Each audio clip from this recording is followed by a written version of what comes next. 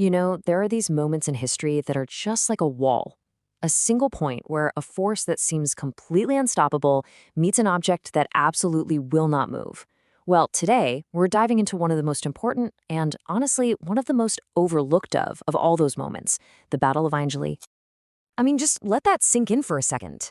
That sentence perfectly captures the pure terror the world was feeling as the largest land empire in history was just sweeping across continents, seemingly unstoppable.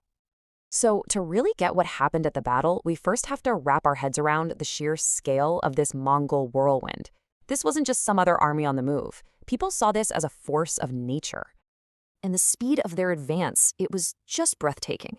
Starting out in Mongolia, the armies pushed west without stopping.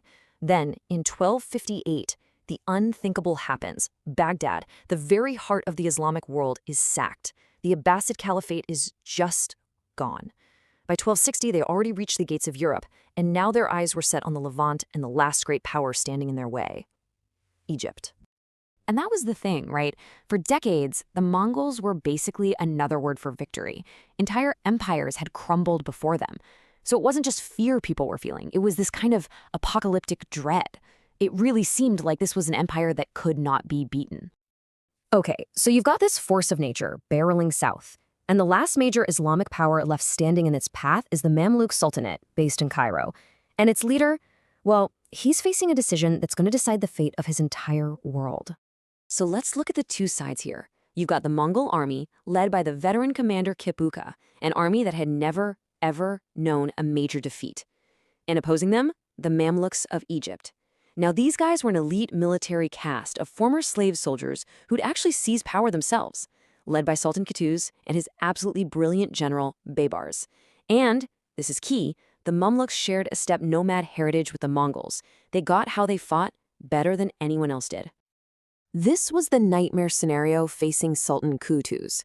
The Mongols demanded one thing: total submission. If he surrendered, he might save his cities from being burned to the ground, but he'd lose his power, his culture, his faith, everything. But if he fought, well, that meant facing almost certain annihilation. No, seriously, think about that. Put yourself in his shoes. The weight of history is on your shoulders.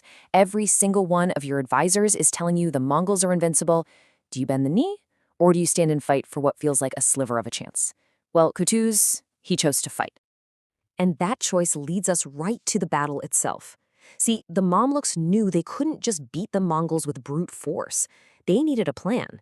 They needed a trap. And they found the perfect spot for it at a place called Ain Jalut, which, funnily enough, translates to the Spring of Goliath. So, the date is set, September 3rd, 1260. The day of the battle arrives. The Mongol commander, Kipuka, probably feeling pretty confident after decades of nothing but winning, leads his army straight for that valley. He had absolutely no idea he was walking right into a trap. The Mamluk plan was it was beautiful in its simplicity. They basically used Mongol tactics against them. A small force under General Baybars lured the Mongol army into this narrow valley by pretending to retreat.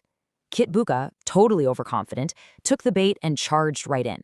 And once the entire Mongol force was inside, boom, Qutuz's hidden reserves stormed down from the hills, completely surrounding them. It was total chaos, but the Mamluks' discipline held, and that sealed the Mongols' fate.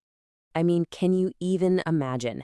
For hours, the battle was just a raging storm. The Mongols, even though they were caught off guard, were incredibly fierce, and they fought desperately to break out. But the Mamluks, fighting on their own turf, for their very existence, they just refused to break. The unstoppable force had finally hit a wall that wouldn't yield. And when the dust finally settled, the results of this single day of fighting were, well, they were monumental. The victory at Ain Jalut sent shockwaves all the way from Europe to Asia. This right here is probably the most important result of all. For half a century, the Mongols were this unbeatable juggernaut. And on this one afternoon, the Mamluks proved that they were mortal. They proved they could be beaten. The consequences were immediate, and they were profound. Egypt was saved. That meant the cultural heart of the Islamic world was preserved, and the holy cities of Mecca and Medina were protected. But most importantly, the Mongol advance to the west was stopped, dead in its tracks. This battle drew a line in the sand that the empire would never, ever cross. And that's why Ain Jalut is remembered as such a pivotal turning point. It wasn't just a military win, it was a psychological break. It proved that great leadership, brilliant strategy, and just sheer, unyielding will could actually defeat the most feared army on the entire planet. So, we'll leave you with this to think about. What if the Mamluks had broken that day? If the Mongols had taken Egypt and just stormed across North Africa, how different would the map of the world look? How different would our cultures, our history be today? It's a pretty powerful reminder that sometimes all of history can turn on the events of a single afternoon.